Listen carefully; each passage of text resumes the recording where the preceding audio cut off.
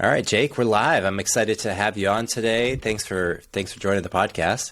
You got it, Mike. Let's kick it off with what you're working on. So Metalink, what was the impetus for starting the company or the project, and how do you articulate what you're trying to do in the world? Yeah, of course. I'll start backwards for you. So what Metalink is trying to do is Metalink seeks to be the most secure and easy way to talk, track, and eventually transact NFTs. We believe you as a human being in this Web3 world, if you will, this new world, you deserve a way to actually own your connected experiences across the internet, from payments to social and everything in between. So if you think about it right now, most people think about cryptocurrency or blockchain as owning their currency or owning the ability to make payments or owning their NFTs. And they're not thinking quite yet about what it's going to mean to actually own your followers or to actually have the ability to own your posts and own your own data.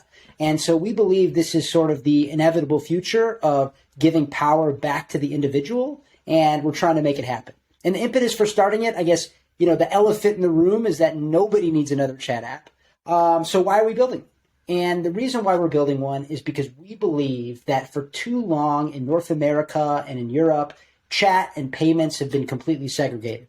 If you look at the way that we think about iMessage, Messenger, and WhatsApp on one side and PayPal, Venmo, and Cash App on the other side, they're completely spread apart. And we believe that cryptocurrency and Web3 is going to enable it, where there's going to be this need for chat and payments to come together, for social and crypto to come together, almost like a decentralized WeChat, if you will. And that's long-term what we aspire to build. And do you view this as the vast majority of cases you're building towards as new cases? Or if I'm thinking about how often I'm currently paying someone that I'm chatting with, it's rarely. For every text message I send, there might be, 1,000 text messages to one payment transaction. I don't know what my ratio is, but that feels somewhere in that range. Do you think that's changing? So you're solving a problem that doesn't even exist yet, or you're introducing a new opportunity that isn't available yet, is another way to say that. So microtransactions, yes, or that sort of thing. It's what I was about to say. Are we introducing it? Not yet. Do we aspire to do so in the future? Absolutely. I mean, you could think about the idea of like creating a meme, owning that meme as an NFT, and then every time somebody uses it, maybe they're paying like a penny and it's going back to the original owner, and the penny really means nothing to most people that are spending the penny to use the meme because it's providing a lot of value, a lot more than the penny. But on the other side, for the actual person that created it, those pennies add up very quickly when a meme goes viral. And so I could see a world where microtransactions are a much bigger part of what we do. Today, they're not. And today, when you say if it's 1,000 messages to every one transaction, you're right. But what's interesting is we're oftentimes, getting information in one chat app and executing it on an exchange or a marketplace in another app, and that seamless nature of the two. So, for example, with Metalink, we became the first place on the internet where you could see what somebody owns and message them at the same time. Once you're actually able to transact with them in that same equation on that same platform, we believe that a lot of the scam and spam that you see on other platforms can really be disregarded, not because it's not still a risk. There's certain elements that will always be a risk, and every great tech company will get hacked at some point. But it's more so the fact that you're actually able to have some accountability over who you're speaking to. So if you think about the way that social media at the very beginning was pretty much chaos, and then Facebook came in and said, hey, wait a second, log in with your Harvard or your Stanford email address and talk to the people that you know there. And with Metalink, we're doing something similar. So we're not doxing people or breaking their anonymity, but what we're doing is saying, look, if you want to chat here, you're going to be tied to your wallet. And that's been a big game changer, I think, and I think will continue to be in the years to come, where people want to know who they're dealing with. And I think starting with the fact that you're talking to somebody that actually owns those NFTs, you could view their portfolio and their collection while you're speaking to them, we think is a really big win for the space. Yeah, it's interesting because it kind of solves the problem of like fake accounts or authenticity is the real problem. Yes. So when I think of Twitter is like ambiguous authenticity. Some people have their real name tied to their LinkedIn with all their references and their site. You look at them, you're like, this is a real person, clearly. Like they're on websites, they're not even trying to hide their identity. I'm like that. I have my real picture. I have links to all the things. Then there's people who are like real name, kind of pseudo-anonymous photo. And then there's people who are just completely anonymous. And the completely anonymous ones, especially on Twitter, oftentimes they're like at the bottom, buried in the comments. They don't get a ton of credibility, but some do. And there's not a connection to know how many accounts does this person have?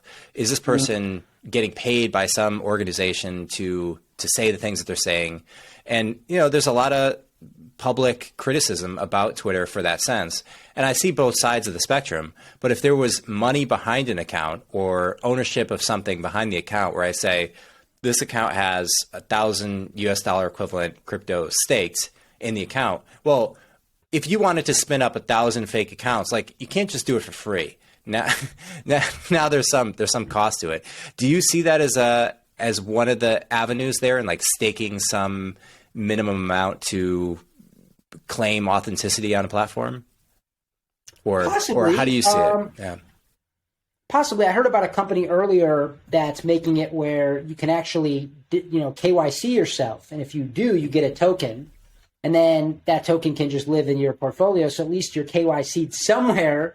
So people know that you're KYC'd somewhere, even if it's not necessarily KYC'd on Metalink. Like, I think there's a lot of solutions like that that get very interesting.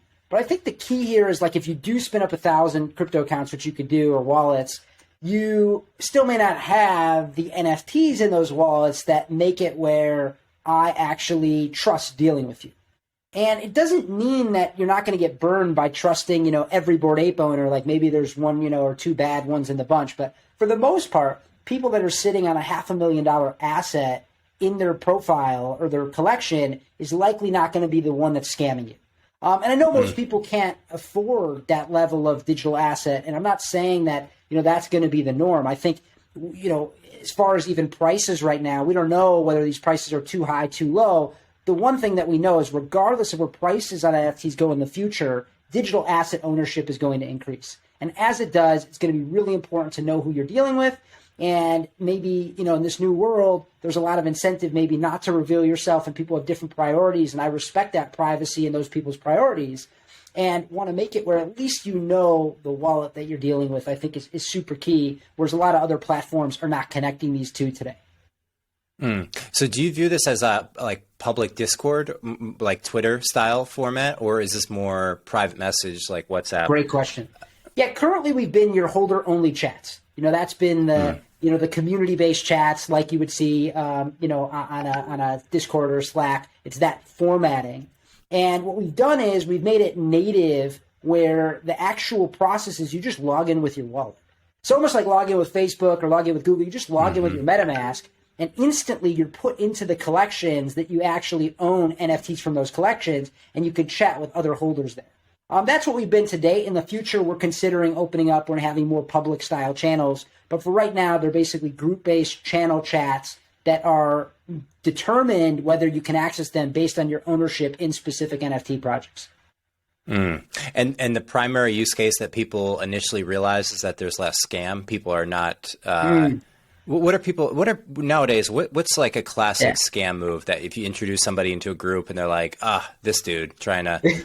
Are they creating fake, like, hey, fundraiser camp? I see that at Elon Musk whenever he tweets something out. It's like, it's like E-LON, hey, free Bitcoin giveaway. Is that what's going on now in like the lightweight, sleazy hacker world? Yeah. There's a lot of it. I'm not talking about like deep, people who are really, really technical and trying to break into. No, it's not even, you don't even have to be technical these days. That's what's so interesting, Mike, is like people are actually, they're creating social engineering scams. And then they're going through their own social engineering scam to contribute dollars toward it and then claiming they got ripped off. So I'll give you an example. First off, any link you click and connect your wallet is dangerous. And it's not dangerous like in the, it's funny to say, right? We connect our wallets to OpenSea. Metalink has over 70,000 connected wallets. Like, we use the Ethereum authentication standard. We're only viewing your wallet. We're not asking for transaction privileges. and not today at least. And the way in which you have to earn that trust over time. And a lot of these projects, they launch minting sites where the FOMO of missing out on a mint or not being the first one in there is so large that every day it seems like another Bored Ape is getting scammed. I even wrote a Twitter thread about it a couple months ago. I was like, why Bored Apes get scammed so much? And there's like 80 reasons, And I think that the idea that you need to know what you're connecting to, and you need to know that there's a person behind it, and you need to know you're clicking on the right link. One of the scams that we're seeing happen a lot, I'll go back to the social engineering, is people say, okay, this mint is live, it's exclusive, it's for right now. Like maybe the Discord got hacked or something, and the person just comes in and says, oh, this mint is live and whatnot. And as they do that, what's really interesting is sometimes they'll just contribute, they'll go mint a bunch. And then your NFTs, by the way, sometimes in these scams, you don't just lose the money that you're giving to the project. Sometimes your NFTs are just all taken, like completely. And it's really scary. It's one of the things that's preventing mainstream adoption in this space. And it will get better. When you sign into Google, you sign into Facebook, you're not nervous that your emails are going to get leaked. Right. And similarly, you shouldn't be nervous signing in with your Ethereum wallet that all your NFTs are going to go away. But this is just where we're at, right? The technology hasn't been fully built out yet. And so one of the things that's happening with those social engineering scams is once they've given the money into the project, then they'll go back to the project and say, oh, we got ripped off. But sometimes it's the hacker just sending money to themselves. And so it's very complex and very challenging. And I think that, we need better security mechanisms to say, okay, this person is this wallet and we can verify it and we know that they own these things. And so we're less likely to fall for something like that. Interesting. So a lot of it is, do you view a lot of it as people tricking people who are using the platform, or people tricking community managers, or both. Both, huh? Yeah, the idea that the community managers can get hacked and that the whole Discord can get hacked, I mean, it's just sort of ridiculous. I mean, it's like, how is that possible? That it's just so ridiculous. I mean, you should be able to do that. And in this case, the only way that you're going to get hacked by a community manager is if the community manager's acting, erroneously, intentionally, which is very, very rare. Right. Or if the wallet actually gets compromised. And the wallets don't get compromised all that often. That's pretty rare. No one's giving out their seed phrase that often. Mm-hmm. Most of us know not to do that by now. Yeah, we're talking about... Don't give your seed phrase anyway. Well, yeah, we're talking about people tricking people, not people breaking into machines. Or, no one's hacking Discord. I can't imagine. Certainly no one's... Right. Yeah, doing anything technical. At least the vast majority of stuff you would see. Yeah. Do you view, assuming that is perfectly sealed up, like Ethereum, Discord, none of these are going to get hacked into, and I think that's virtually true. Like I can't imagine Google, Facebook, barring the extreme, unusual example of something really technical happening, or like some solar flare coming and just disrupting everything that we know. Do you see the fact that people have these NFTs integrated into their wallets as like the beginning here, or do you see this as like, this is going to be a situation where I have all my digital assets in my wallet, I use that to connect to just about everything I use, and in some way that benefits me? Or how do you think about that? Well, I think that, Web 1 was how we connected with information, like recipes on a website. Web 2 was how we connected with each other, e-commerce, social media. Mm-hmm. Web 3 is how we connect with value. And so in the old world, we connected around our interests, but in the new world, we connect around our investments. And there's not really been a great way to connect around that relationship today. With all that being said, I think Chris Dixon over at Andreessen, he's got this amazing sort of line that he talks about, like tokens are the new websites. At the beginning, that's all the website was, right? Was the recipe or whatever. And then over time, you can do a lot of things on the web, right? And I think tokens are going to be very similar, where they're going to be programmed in many different ways. We don't know what all those different ways are today, but the idea that you can own a piece of the internet, that you can actually, own it, and potentially these, today maybe they're JPEGs and they're digital collectibles, but over time, I think they're going to be many things. I think we're going to see it, especially with play-to-earn gaming. If you look at the two biggest gaming funds that have ever been raised, both of them, which were just recently announced in the last few weeks, both of them are investing over 50% of their fund in blockchain gaming. So the idea that you're going to own these digital assets that you play with in a game and potentially be able to bring them to other parts of the gaming ecosystem, that's going to come, and it's going to be very, very big. I mean, the gaming industry is bigger than movies and music combined. So I think that we don't really know what it all means today, but we're learning every single day. And I view probably nothing as being anything more than the beginning at this point for NFTs. It is just so early. Yeah, yeah. Is it true that when you measure that, gaming being bigger than movies and music combined, that's total net revenue in the space? How much money people are paying for movies and music and gaming? Yeah, that's correct. Wow. And I imagine gaming is growing faster. Yes. Yeah. Why do you think that is? Why do I think that is? I think gaming's gotten really good. I mean, you look at, and I think it's going to change too, especially as play to earn or play and earn starts to gain more mainstream appeal. You have this sort of moment in time where the idea of like when you're growing up as a kid and playing a game, you couldn't be a professional gamer. And now it's like, oh, you can. And so it just flips the script, right? When I was gaming, I was like, what am I doing with my life?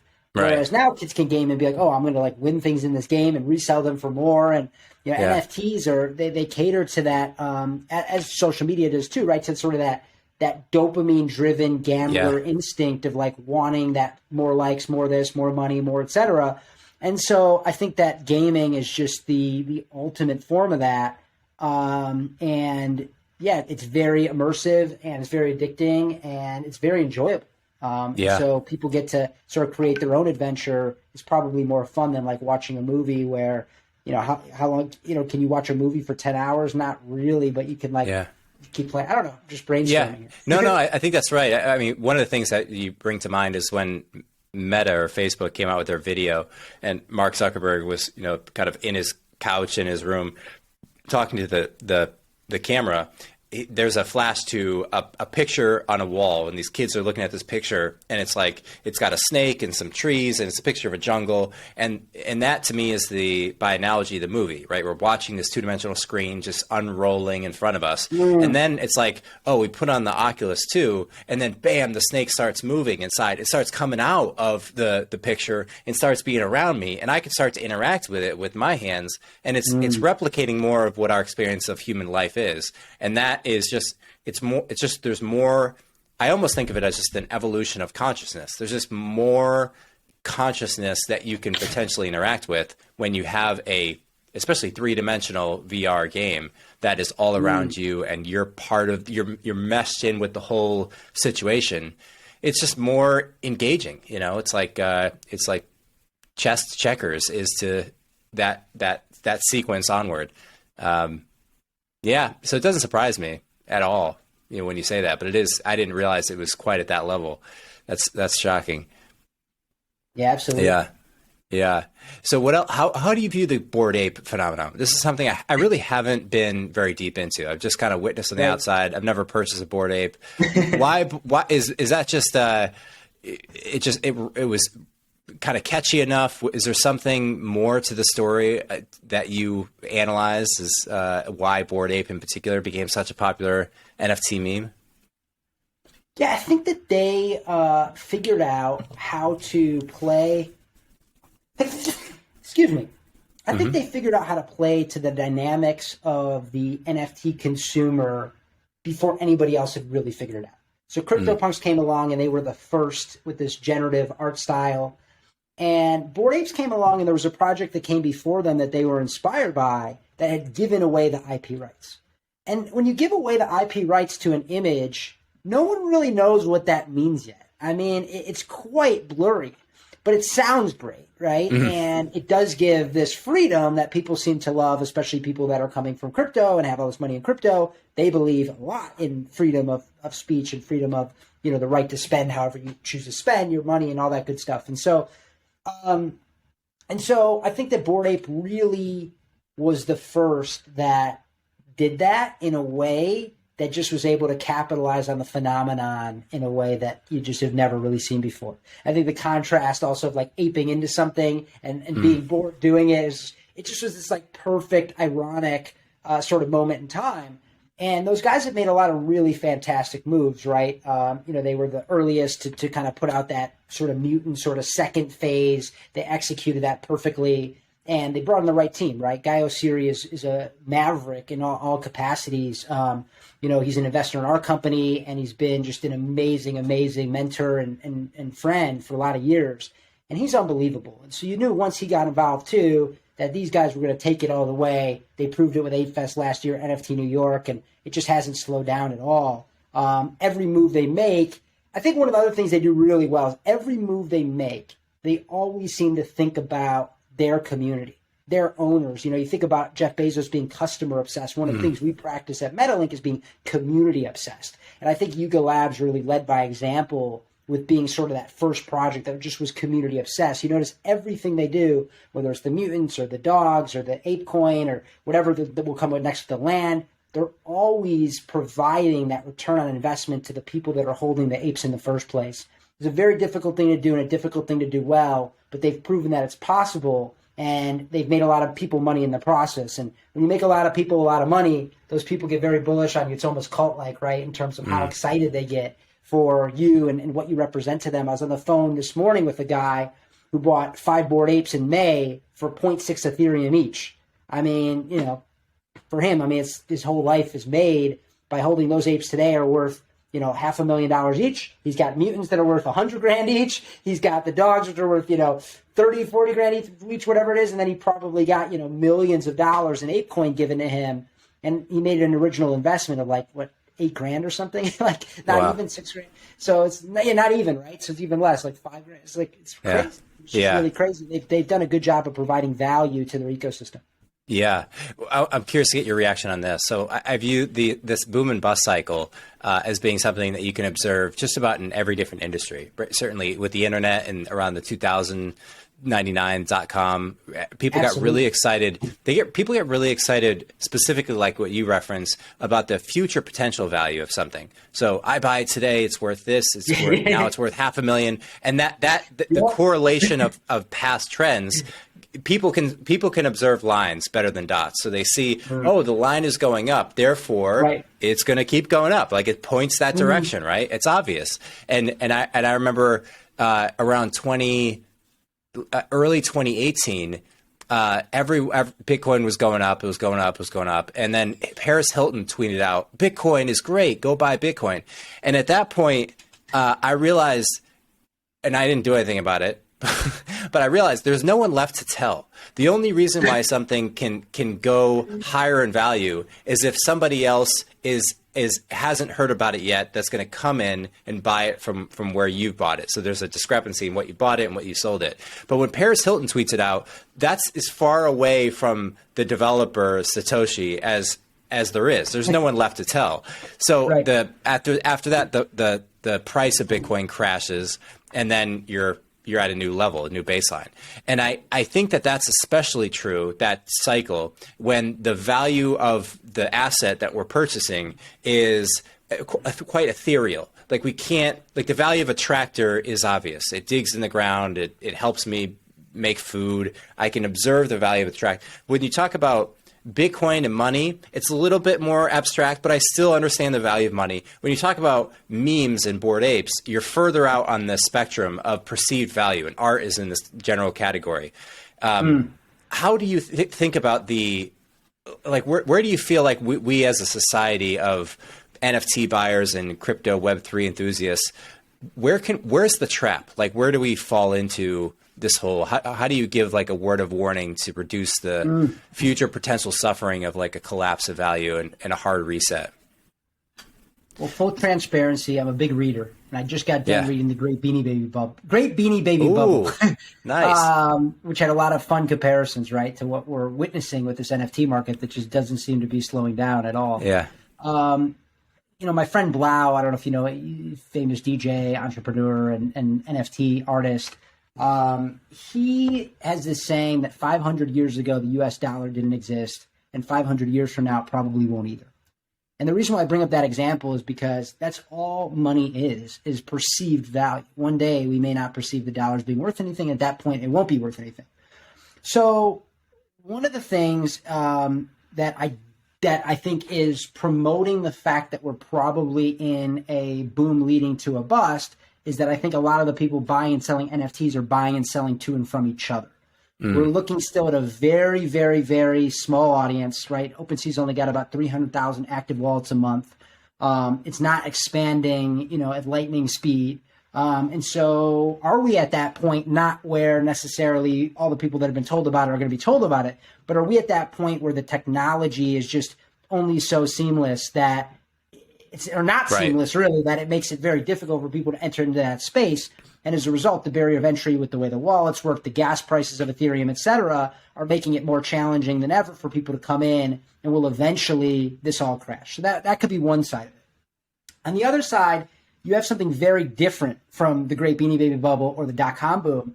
If you look at the Great Beanie Baby bubble, you never knew how many Beanie Babies were ever being created because Ty Warner never really told you. So there was a lot of speculation, which created a lot of mystery that was really great for storytelling.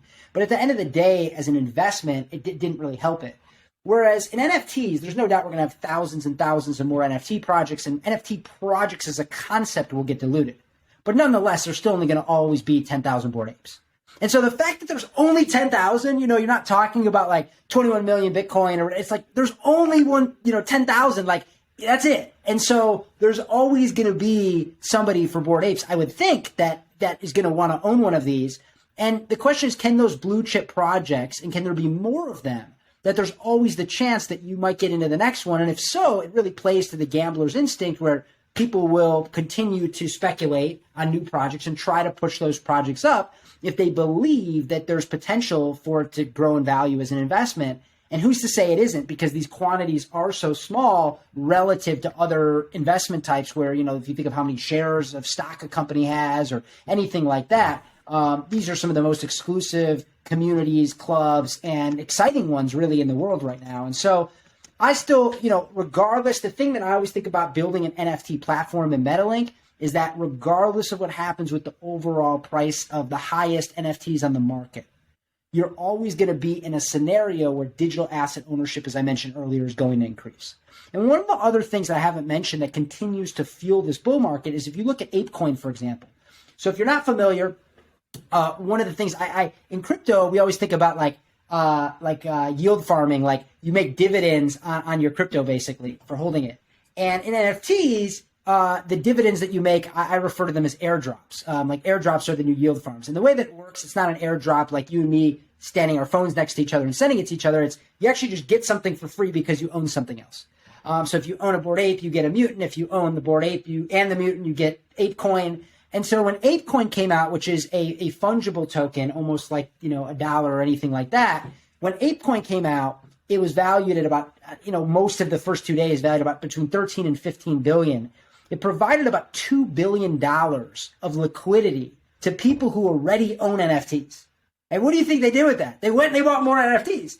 So on one side, that is promoting sort of this boom that eventually has to fall out, you would think. But at the same time, if this continues to happen, I don't know. I mean, it's like as long as there's more dollars coming in and people value that coin at that, and people can create this almost out of thin air, anything is possible. I mean, Bored Ape wasn't even, I think that they only minted less than a year ago still. So all this, their $4.5 billion valuation from Andreessen, their $14 billion coin, all of this has been created in the last year. I mean, it's one of the fastest growing companies of all time. And so it really gives a lot of inspiration to us at Metalink for what might be possible for the future of Web3 social. And if you can create a platform that allows these people to engage and connect in ways that other platforms currently today do not facilitate. Super interesting. So what is the community? What's the average? Is it, I imagine it skews male, it skews young, it skews West. I mean, how else do you sort of view maybe high risk, maybe from personality type? I imagine it skews creative, open-minded. Late 20s, early 30s, mostly male, more affluent than other communities for the most part. And that's really sad. We have work to do for two reasons. One, because if all this wealth is being created, it should be being created for anybody that wants to participate in it, not just another bro club, right? And NFTs have not really done a good job of figuring out how to do that yet, nor is the NFT community, in my opinion. There's certain projects like Deadfellas where Betty's been so good at really saying, look, our project is genderless. We preach inclusivity. We're trying to bring new people into the space, but for the most part, the NFT space has been, a lot of the same people that may have made money doing anything else, making money in NFTs. So that needs to change. And I think that the way for it to change is for this technology to get to the point where it is a lot easier than it is today. I think the barrier to entry is just super, super, super high, and we need to make it a lot easier, a lot less risky. And as we do that, I think that we'll see more and more people enter the space, and almost like having a Instagram profile or something will be the equivalent of having a wallet and being able to show off your wallet. Yeah. No, that makes sense. And it's hard. I'm always a bit resistant to call it a win before it's a win. It's like, well, if you still own digital assets, then you're in the riptide of the valuation volatility curve. So it's like, a lot of people go out and they take risks. People who take financial and personal risks tend to be male. They tend to be young. And I look at that as like the people who moved out west in America tended to fit that demographic as well. They go for gold. They dig for gold. Vast majority, they weren't successful with it. The vast majority, I think something like 90% never actually found anything. So for them, it was not successful. You could say, well, we need more women out here digging for gold. It's like, I don't know. Do you? Do you really? How do you know how this is going to end up? I think so. I think we do, because I think that diversity is going to create better results. It's going to create better art. It's going to make it. It's also going to make it where there's more of an underbelly to like the actual assets, right? If it's only the same 300,000 people, you need the space to open up the same way the internet opened up, so that you have that mainstream adoption that can really fuel this movement to across the globe. I think that's right. I think the subtlety to it is you don't want people to be drawn into it before they're personally ready to be drawn into it. Yeah. If I'm like, hey, I talk to my wife and I'm like, hey, Tracy, I got to get you into this. You got to buy some Bored Apes. And she's like, I don't know about this. I don't really get it. I'm like, come on, you got to do it. This company's giving away, 20% off because you're female. It's like, well, I don't know. Then she gets burned on it. Then she may not get into it for 5 years or ever. And I think the diversity comes naturally when, like you said, technology is easy to use, that people don't have to be very technical to figure out. They can be really good at something else. Like I can be a great cook, I can be a great doctor, I can be a great musician or whatever I'm doing. And then I get into it and I figure out that it's not about the technology. Technology is it's like the undercurrent. What it's really about is my ability to cook and evaluate cooking recipes or perform the thing that I'm good at in the real world on chain. And I think that's when it blows up, and that's when it gets really diverse and exciting. Yeah, agreed. If you have a reaction to that, or I just think people, we gotta come up with better onboarding, and we just need it to be more. I look at like the way AOL fueled the internet, or the way the browser fueled the internet. It was like it just provided you with this portal to explore, and you felt safe doing it. There was a time where you could just enter a URL on a browser because the browser didn't even exist yet.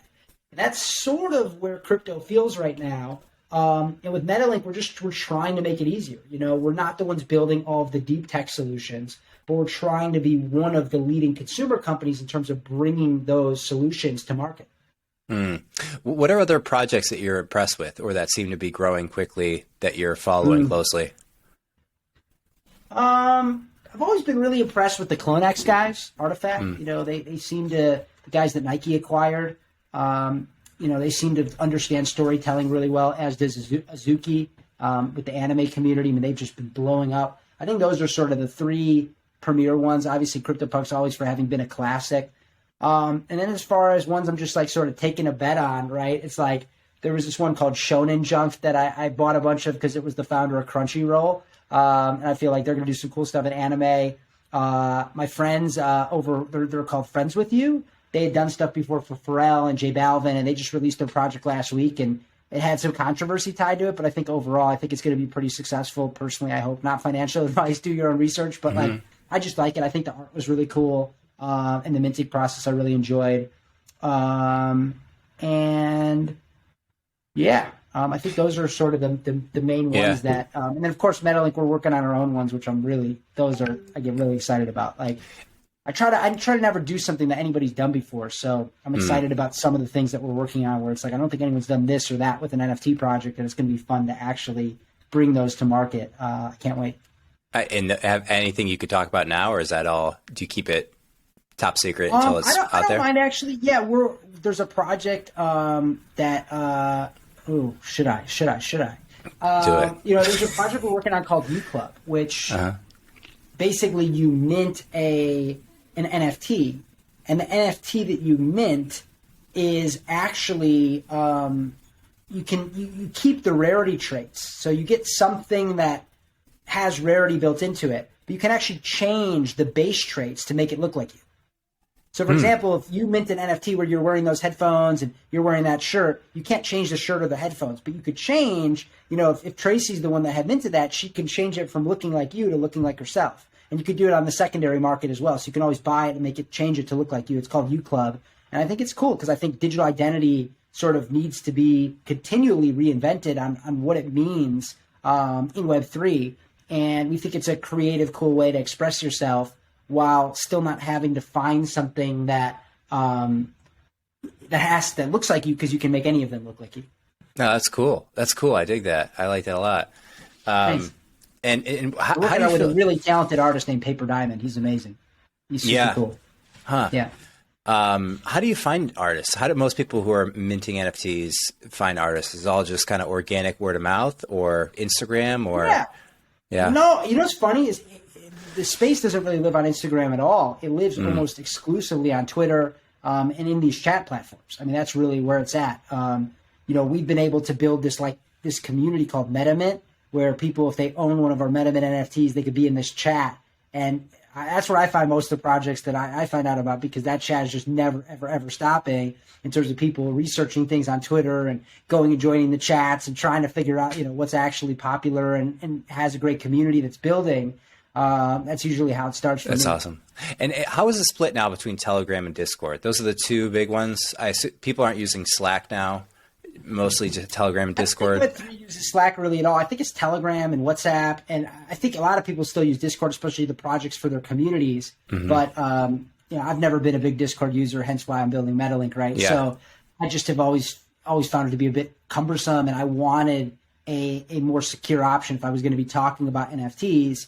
And so that's why we created Metalink. I think there's certain elements that can really be streamlined from the experience that is currently out there, that would make it where you don't have to bounce from server to server to server to get key information that you're looking for. We should just make it a lot easier for you. And in the future, I don't even know if these chat apps are going to look like chat apps or if they're going to look something more like the metaverse. And that's something Metalink's building as well, right? The ability to just click on a channel and instantly you're in the metaverse. So that's going to be really fun, and we're excited to roll that out for our community soon too.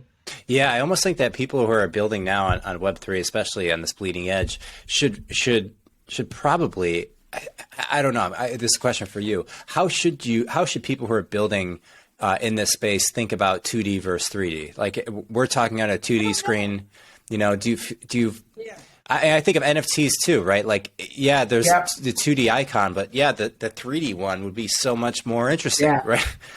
I like a lot of the 3D projects. I'm a huge fan of CloneX. I just mentioned Friends with You. But I think that the thing about how these NFTs evolve or how the metaverse evolves, some people believe we're in the metaverse right now, like I'm talking to you through a screen.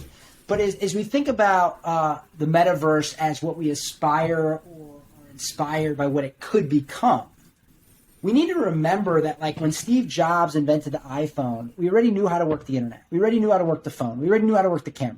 And he just took it all and put it in our pocket.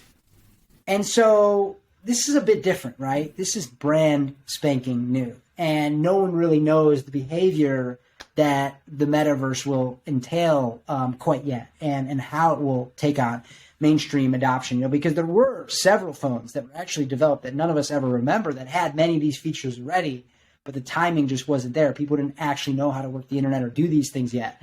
And so I think the metaverse is kind of at that stage where we don't really know what to expect, but as a Web3 company, we should be ready for it at any time. And that's exactly what we're trying to do.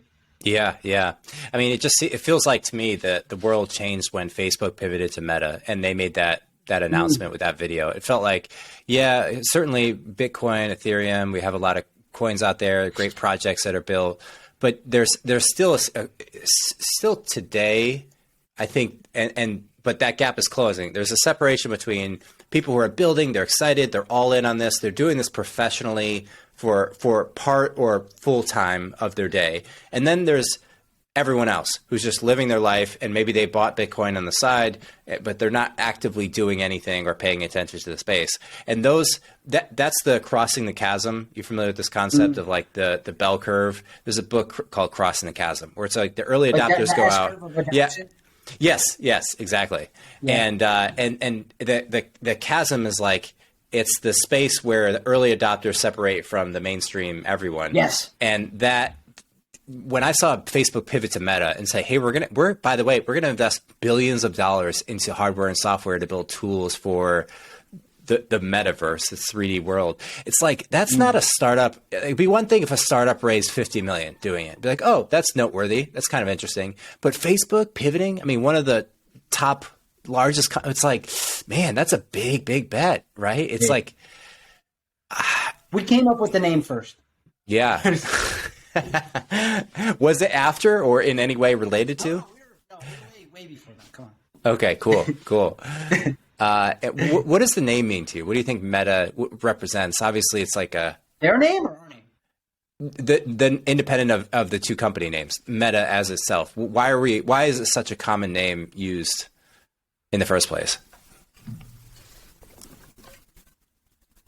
I think in some ways it represents sort of the next frontier, right? Almost like the unknown. And I think that's probably, I think that's probably why. Yeah. The word itself comes from, I think meta and mother, madre, material, matter, all come from the same word, which is a Sanskrit word of origin. So if you think of the word mother or mata, I know this because I started a company called Meta Story, where we were making stories in like we were using 3D audio content, and it was kind of I shouldn't say company, it was a project that I did for fun, and the idea of meta traces back to this really like a philosophical explanation of the world, or a philosophical perspective on the origin of things. So I think I think when that clicks for people, it'll be almost like the kind of gravity you feel inside of you, the attachment to people feel towards religious ideas. I think many people don't have that at all. And there's a part of people that's kind of yearning for something that attaches themselves to the whole universe. And I think that if it lines up right, if Meta really lands it with the tools they're building, can be a kind of like renaissance of a sort. There's something that moves people over time. There's a reason why religions have just swept through societies throughout history and have caused so much energy, we'll call it, for simplified. And I think that this is the similar kind of thing going on, where people feel like there's more to this than just building Bored Apes, right? It's like, you're not like, are you really excited about the image, or is there something beneath it that you're excited about? Are we moving in a direction that you're excited about? And that's why I find the space so interesting. Like, I really personally I'm not into the apes and into the individual pictures, but I'm like so fascinated. Like, what's the story going on here? Why are we all excited about this? What's the future of this, I mean, if you think about when it started to really take off, right? NFTs have been around since 2017 and started to take off in 2020 during a time where people were really in search of identity, community, trying to figure out who they were, who they are in the world, how they connect with the rest of the world. And so all of a sudden this comes along, and it's like your sense of belonging can be derived from the fact that not only you own this specific picture, but this many other people own this specific picture, or a version of it, and you're part of that group now. And so I think, when you mentioned the word meta and how it means origin, it's funny because I think that the metaverse will be fully realized when, if you and I walk, on the street and see each other, we can walk up to each other, we can say hi, there's no intermediaries. Whereas on the internet right now, we're doing, this call on some platform that you have me on, and I'm on some browser that's controlled by Google, and there's like infinite amounts of intermediaries where these are centralized companies determining, many aspects of what we can't do. Oftentimes they're pillaging our data, they're bottlenecking our reach, they're selling our trust. And so I think that there's this unique moment in time that will eventually happen where the hope would be that the metaverse, you could just meet somebody on the internet in a way that's completely unobstructed or unfiltered or unintermediated by a tech company. Yeah, that's exactly right. Completely decentralized. Yeah. Yeah. And, well, I was talking about this earlier with somebody. There's I think one of the traps here too for people who are in this early adapter curve is that the decentralization is the end game, and that it'll just be like that. So that when things are completely decentralized, that'll solve all the problems of these intermediaries. But I view it as it does, and it also introduces new problems that there's like an oscillation effect of centralized and decentralized, that as things get too centralized, you lose control, you lose truth, really. There's kind of a consolidation of opinions, and truth becomes secondary. And that's what we're kind of debating in the public sphere, right? There's a lot of political agitation about how do we find truth. And then when it's completely decentralized, the same thing happens, right? How do we know if there's no trusted like news sources or journalists, and everyone on Twitter is a journalist and a reporter? How are we deciphering? How are we coming up with consensus? So it seems like it's a moving forward, like it's going to be kind of a constant. Even now, look at crypto, right? Like if you look at the number of miners out there that are mining Bitcoin, they're so consolidated. I mean, there's like 6 or 7 that are mining. I mean, they're just massively consolidating the computational power to get the ROI on mining. And it's like, yeah, that's kind of decentralized, but it's kind of centralized again, if you look at it. Underneath the Definitely a spectrum. Yeah, I agree with that. I'm curious. Centralization plays out. You've seen it. And now we get to see how decentralization plays out. And I don't think that it's going to be one or the other, right? There's going to be a mix of both, and sometimes things are better slightly centralized, sometimes things are better slightly decentralized, and sometimes things are better just totally decentralized. And so I think we're going to have a wide array of options that we didn't have in the past. When they created the Fed centralized because there was no technology to decentralize.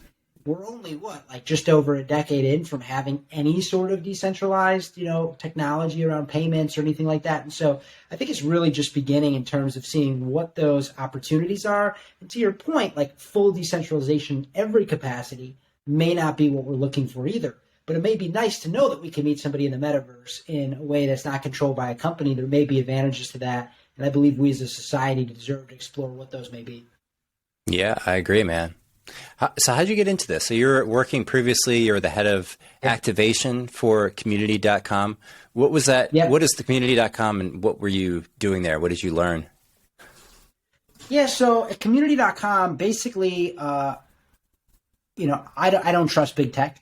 I'm sure most people don't. And I was noticing I was managing these recording artists. And when I managed them, we'd grow these followers of millions of social media followers on Facebook, Instagram, Twitter. It was really crazy, right?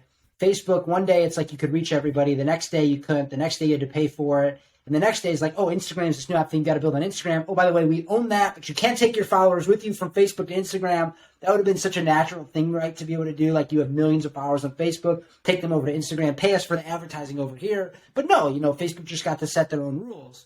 And what I learned is that every 5 years, there's going to be another Facebook, another Instagram, or another TikTok. And in the Web 2 world, the biggest inhibitor to joining a new platform, a new social media platform, is that you have to rebuild your following each and every single time. And that just wasn't okay with me. And it wasn't just not okay with me for my artists. It wasn't okay with me for society, for small businesses who spend their hard-earned time and money to develop these followings on social media, only to be told you can no longer reach your loyal customers that come visit you once a week. I mean, it was just crazy to me. And so I started to think about what would it look like to be able to reach people instantly and directly whenever you want. And would it be best to build another new social media platform, or would it be best to actually think about something that exists already and build on top of it? And the thing I kept coming back to is, what would it look like if you could text all of your fans or customers or whoever, I mean, we all check our texts, instantly. The phone number is the one true atomic unit of identity. I mean, even more so, right, than like a social security number. Like, what am I going to do with your social security number versus what can I do with your phone number? I can connect with you. And so we thought that the artists and brands that had the most phone numbers of their fans or their customers would be in the best decision to continue to win even as social media platforms come and go. So you think about like the Black Eyed Peas, for example, 10 years ago, they played at the Super Bowl. And I bet now they wish they could text all those people, right? Because it's hard over time to continue to remain relevant on social media platform after social media platform. And the worst part is that over time, your message just doesn't get through.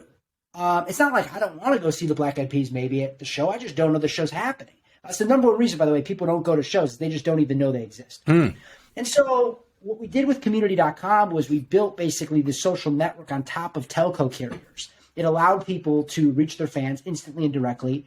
We became the first company to do deals with AT&T, Verizon, and T-Mobile to do 1 million texts in under 5 minutes from one 10-digit phone number. We launched phone numbers for everybody from Barack Obama, Jennifer Lopez, Diddy, Weight Watchers, White Claw, People Magazine, and many, many more so that they could reach their constituents, their followers instantly and directly every single time. Wow. And how did it go? What are some results of where are they at now? Yeah. We raised $90 million. We went from 5 to 150 employees in a couple of years. It was quite the journey. And at some point, I realized that, I had thought the phone number was that only way to create that level of community, hence the name, right, community.com. But when I started to learn about blockchain and realized that, blockchain and crypto, today we think about it like storing our payments and our currency and our NFTs. We don't think about it typically as storing our followers, our data, our posts. That's all coming because the same technology is going to be able to be used for both of these things. And as you can see, my face even just light up. I mean, that's a future that's very exciting to me where you can own your followers. You can own the data that you're creating on these platforms and take it with you from one platform to the next. So, for example, if you get a follower on Metalink, you can take that follower with you to Decentraland or Sandbox or wherever you want. That's an exciting world where your private keys unlock. So instead of, having your fans' phone numbers, it's like your fans that have signed up to follow your wallet, any platform you go to that they are also on. So if you set up on TikTok tomorrow, it's like, oh, well, you were already following them on all these other platforms. They're already following you here. And that's just never existed because TikTok and Facebook don't play nice together. And so I started thinking Web3, this is about how we interact with value. Web 1 being that sort of connect with information we mentioned earlier, or connect with each other is Web 2. Web 3 is how we connect with value. And as a result, I thought there was a real opportunity to be a Web 3 social company that would allow people to own their connected experiences across the internet, from payments to social and everything in between, as I mentioned at the beginning of this podcast. And that's really the mission that we're on. I love it. Interesting. Why didn't Facebook allow you to port over your users from Instagram? Owned by the same company, I would imagine that the more that they can cross follow, the more, right? Like if I go to Instagram for the first time and I have a Facebook account and they're owned by the same company, then that parent company has an incentive for me to engage on Instagram. So say, hey, would you like to follow the 500 people you're following on Facebook? They never did that. They don't do that now. I thought they recommend people or Oh, you can advertise to the audience, but this is the challenge, right, of the Web 2 model. And I don't know that it's necessarily Facebook's fault. The Web 2 model being focused on advertising has literally stifled innovation because you couldn't use that data. In fact, what they would typically do is they would open up their API, let anybody use, Tinder, anybody can see who your mutual friends are. And then at some point they're like, okay, we have enough data from all you. We're just going to shut it down, bring it back home and figure out how to sell advertising at the maximum capacity we can to provide this return for our investors. The advertising model is just flawed because the advertising model by nature, it does not prioritize the needs and user experience, the needs of the user and the user experience. It prioritizes what advertisers want, advertisers need. So I have no idea, Mike, to answer your question of why they wouldn't allow you to take your followers from Facebook to Instagram. The only thing that I could guess is maybe they thought if we don't allow you to take your followers from Facebook to Instagram, then maybe you'll have to repay to build that audience here again, and that there'll be more advertising dollars. But Mike, maybe it's not even like that. Maybe it's that Kevin Systrom didn't want it, and that Instagram said, no, we don't want the followers from Facebook. We want you to rebuild on Instagram because that's native and organic to Instagram. The point is that there was somebody in control of these decisions that was making these decisions on your behalf, on your brand's behalf. And I believe that there's going to be a future where these platforms don't have that much power. And these platforms have to play by the rules of allowing you to make that decision for yourself. And I think you deserve to make it. Yeah. I want to ask you this question because I think about it a lot, and it's relevant in today's world. How do you think the situation of content removal should be handled? Like either individual posts, messages, or whole accounts should be dealt with, particularly ones that are, on the edges of what we're socially allowing. You could take that where you think it needs to go. Oh man, I don't know if I have a good answer to this, and I don't know I could say anything that won't get me in trouble here either. But do like that. And I'm not afraid of getting in trouble either. Yeah, so No. I think that the way that I personally believe content removal should be handled is I'd like to believe that we live in a democracy. I'd like to believe that we live in a world where freedom of speech is important. One of the things, there's a Twitter account, Punk6529. He's an anonymous CryptoPunk owner. He's, I call it almost like a philosopher, right? His tweet storms, they're so brilliant.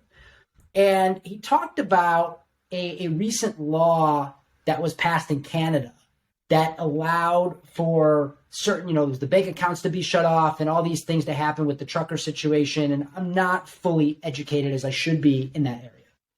But one of the things that was interesting about his post was he said, the thing about creating laws is you have to imagine what that law would look like when your enemy was in power. Yes. And not what is going to advance your current agenda. Because at the end of the day, these laws will be used by the most power-hungry people in the world, because the most power-hungry people in the world are the ones that wind up in office in the first place. And can that same law eventually be used to stop somebody from actually running for office altogether? Because if you're cutting off their ability to fundraise or do this or that, will they just not be able, almost like the freedom to spend is equivalent with the freedom of speech, because if you can't spend money, then you can't advocate for the things that you believe in. And so I found that really interesting. If you think about certain laws that could have been enacted, back in 2020 when things were going really chaotic in America, and how bad would it be to see, if you're on one side, to see these laws impact the other side and vice versa. And we have to be very careful with that. And so my general instinct around this is if something's not illegal, then it shouldn't be removed. And the law, we need to create the what the law actually states. It gets very blurry because, we're still living in a democracy. I mean, I don't know. It's very blurry these days in terms of who's in control of what. Right now, it feels like big tech is in way too much control. So while not totally, I think that they're, the way the media handles them makes it so much more difficult for them to do anything right. I don't think that they can, they're too big. It's just, they can't be on both sides, and it's just too difficult. But I think for the most part, we need to move a little bit further back, where these big tech companies shouldn't be the ones that choose what gets censored and what doesn't. These people are not voted into office. These people do not represent you and I. And I'd like to think that the government needs to, I don't really like the government impeding on much, right? But I think the government should be making these decisions, not big tech. Yeah. Yeah, I think that was very thoughtful. I also think the big tech companies are going to come and go. Like Twitter is it right now, but there'll be the Web3 version that's decentralized. And just like, we can never picture a day. Facebook's it, right? The whole world's on Facebook. Oh my God, Instagram? Oh my God. Just like you said, every 5 years we move to a new thing. I think that's just the evolution of communication in human civilization. And it'll move to a place where it has just enough centralization as it needs to have. The question really, I think, is what what do we think about what should be illegal, right? We're in a democracy where we can vote. We get a say in what is legal or illegal. If I can just walk up to you now, no one can stop me from saying anything to you if I'm in person. And so, there's repercussions for saying things, but but people put a lot of thought into what is legal to say to other people. And I think when we add layers of permissions or cancel worthy policy, then you can do that if you're customizing a community. Like, hey, we're building a community of people who are knitting sweaters, right? We don't want any other conversations about that. I believe that that's within the rights of these private companies to do that. But if we're talking about like a digital representation of an open air town hall, which Twitter seems to get pretty close to replicating, although it kind of just happened on it, then I'm pretty opposed to, just removing the president of the United States. Just like, what could this person say that's not worthy of him being kicked out of office, but is worthy of him being kicked off of social media? Unless you're just clearly biased and you're just saying, hey, we're like a left-leaning organization and we just prefer this guy not to be in office. So our CEO said, let's kick his account out. But like you said, I 1,000,000% agree with you that these things go full circle, and that when we do something to one person, it comes around and it gets used against us. It's very scary that we only have two political parties in our country. And it's also quite scary that at both ends of these political parties, the extremes are very, very scary people. And so one of the challenges when you make a decision like removing the president from Twitter, I believe what we resist persists. Yeah. And so the scariest part is that people that are already quite radical may see that. And like I said, it's on either side, but in this case, it's on one specific side. They may see that and say, oh, wow, like this means that we need to get even louder because now he can't speak or we can't speak. Right. So we need to just be louder and crazier and more radical. And I think that that's the thing that we just typically as society, we just think we can just like shut people up. And it's in reality, that's just not really the way the world works. Like, not even close. It's amazing to me that people think you can just take someone's permission away and accept them and be like, oh, all good. I'm cool. I'm going to just take your word for it and go back to work. Like, no, people don't operate that way. Oh, yeah. They get angry, right? And then they get violent if they can't express themselves. And we know where that goes. So, yeah. Yeah. So, good reminders, man. I think these are important lessons, right? They're not easy to parse out what we should do as a society. And, we only have limited power, each of us, as people in this society, but it's fun. It's invigorating and it's changing too. So love what you're working on, man. Thanks so much, Mike. Can I say one last thing? Yeah, of course. I know that your audience is a lot of developers, and honestly, I haven't even done that many podcasts yet. My head's been so deep in building our product and building Metalink. We have over 70,000 connected wallets at this point. I think that's more than any other Web3 social media platform. And so if you're a developer listening and you've made it this far, we're hiring engineers that are experts in Elixir and Vue 3. We're always looking for great data engineers. So if you, if that's you, you can feel free to DM me on Twitter. I'm just Jake Udell and would love to get in touch. And we hire people from across the globe, and we're interested in building our fast growing team so that we can stand up to some of the things that Mike and I have talked about on this podcast today. Hell yeah. You're on Twitter? Are you anywhere else publicly? Are you writing or are they? Not really. Yeah. I'm mainly on Twitter. Yeah, Twitter's. I had a blog for a couple of years. I wrote every single day for your 362 or 365 days. I wrote blog posts. Wow. That was just at artofamanager.com, but I focus more on building than writing these days. I love it. Anything else you want to throw out as far as people you follow or books or things that you threw out a lot, so there's a ton of good stuff in here, but I always like to ask. I think if you're just interested in the space, you got to just dive in. Yeah. Yeah. That'd be my biggest, I love to read so much. I read about a book a week. So if you have book recommendations, tweet them at me. I'm ready for them. Sweet, Jake. All right, man. Congrats on your progress. Keep crushing it. Thanks so much, Mike. Bye. Congrats on the move.